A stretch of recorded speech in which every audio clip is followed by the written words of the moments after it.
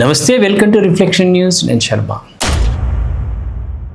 మొఘలులు యుద్ధంలో ఓడిపోయి పారిపోయిన 10 యుద్ధాలు, వారిని ఓడించిన యుద్ధ వీరుల గురించి మీకు తెలుసా?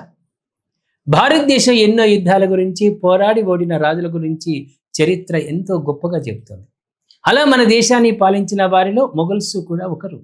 అయితే మొఘలులది శక్తివంతమైన పాలనని, మంచి పాలకులని, శక్తివంతమైన సైన్యంతో దేశాన్ని పాలించారని చరిత్ర చెబుతోంది. కానీ అందులో నిజం ఏమాత్రం లేదు. మొఘలులది అత్యంత క్రూరమైన పాలనగా దాయబడ్డ చరిత్ర చెబుతోంది. వారు హిందువులపై చేయని అరాచకాలు లేకపోలేదు.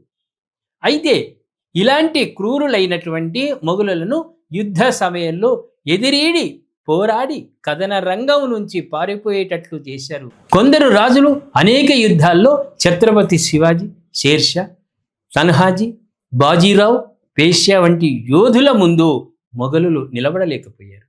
ఈ రాజుల నుంచి ఎదుర్కోలేక యుద్ధరంగం నుంచి పారిపోవలసి వచ్చింది.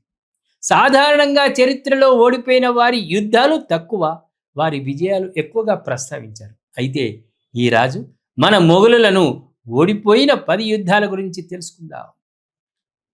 1. చైనా యుద్ధం. మొఘలుల సైన్యం చౌస్తా యుద్ధంలో ఓడిపోవడమే కాదు, మనుషులను చక్రవర్తి హుమాయూన్ తన ప్రావిన్సులను వదిలి పారిపోవలసి వచ్చింది. ఈ యుద్ధం జూన్ 26, 1539న చౌస్తాలో హుమాయూన్, అఫ్ఘాన్ జనరల్ షేర్షా సూరి మధ్య జరిగింది. ఈ యుద్ధం సుర్ సామ్రాజ్య స్థాపనకు దారితీసింది. మొఘలులకు ఇది ఘోర పరాజయం. షేర్షాకు భోజ్పూర్లోని ఉజ్జయినియా రాజపుత్రులు మద్దతు ఇచ్చారు. మొఘలుల సైన్యం ఓటమి తర్వాత హుమాయూన్ తన ప్రాణాలను కాపాడుకోవడానికి యుద్ధ భూమి నుండి పారిపోయారు. విజయం సాధించిన షేర్షా తనకు తాను ఫరీద్ ఆల్ దిన్ షేర్షా అనే బిరుదును ప్రదానం చేసుకున్నాడు.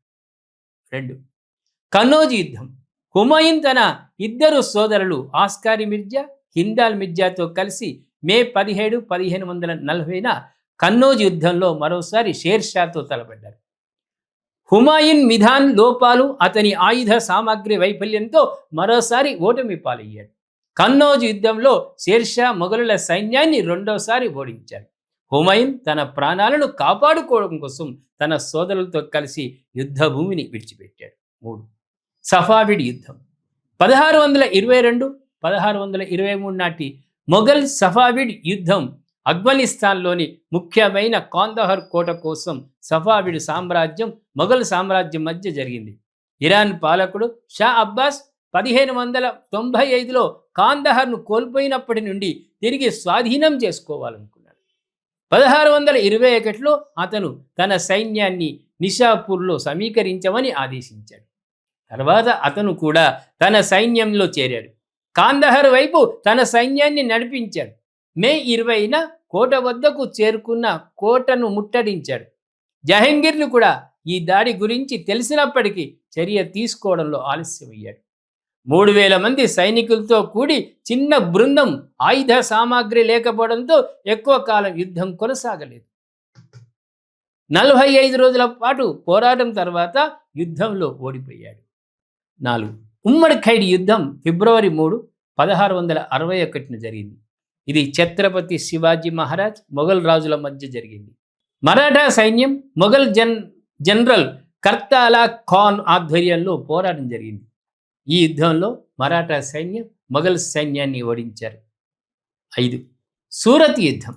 సూరత్ యుద్ధం, దీనిని సాక్ ఆఫ్ సూరత్ అని కూడా పిలుస్తారు. ఈ యుద్ధం జనవరి 5, 1664న జరిగింది. గుజరాత్లోని సూరత్ నగరానికి సమీపంలో మరాఠా పాలకుడు ఛత్రపతి శివాజీ మహారాజ్, మొఘల్ కెప్టెన్ ఇనాయత్ ఖాన్ మధ్య జరిగిన భూగర్భ యుద్ధం. మరాఠాలు మొఘల్ సైన్యాన్ని ఓడించి 6 రోజుల పాటు మొఘలుల ధనాన్ని, ఆయుధాలను దోచుకున్నారు. అపారమైన మొఘలుల సంపాదనతో కొన్ని వేలాది మందిని తన సైన్యంలో చేర్చుకున్నాడు. 6. సింహగఢ్ యుద్ధం, దీనిని కొండన యుద్ధం అని కూడా పిలుస్తారు. ఈ యుద్ధం ఫిబ్రవరి 4, 1670 రాత్రి సింహగఢ్ కోట వద్ద జరిగింది.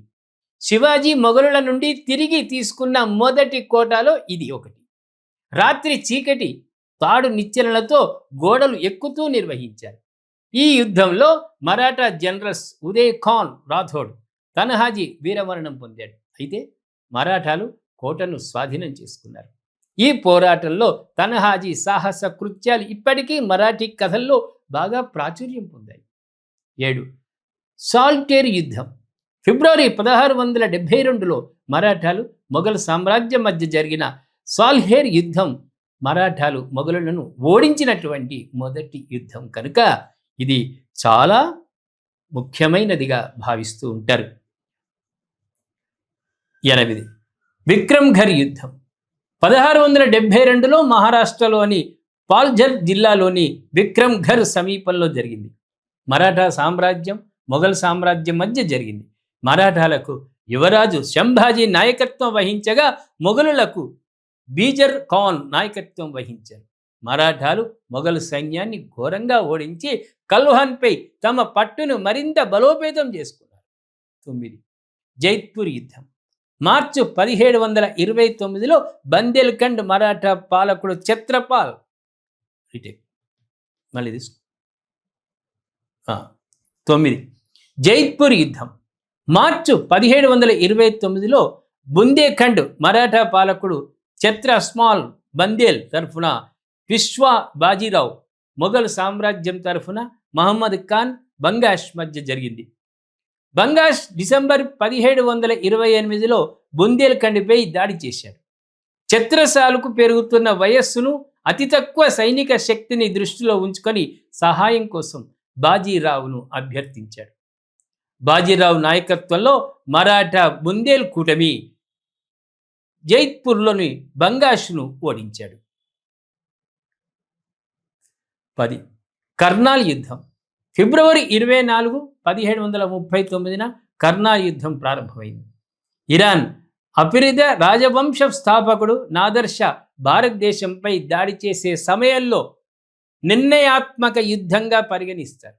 నాదర్ షా సైన్యం మొఘల్ చక్రవర్తి మహమ్మద్ షా సైన్యాన్ని 3 గంటల్లోనే ఓడించింది. ఈ యుద్ధం నాదర్ షా సైనిక పదవీ కాలంలో విజయాల్లో అత్యంత ముఖ్యమైన విజయంగా ఖ్యాతిగాంచారు. హర్యానాలోని కర్నాల్ సమీపంలో ఈ పోరాటం జరిగింది.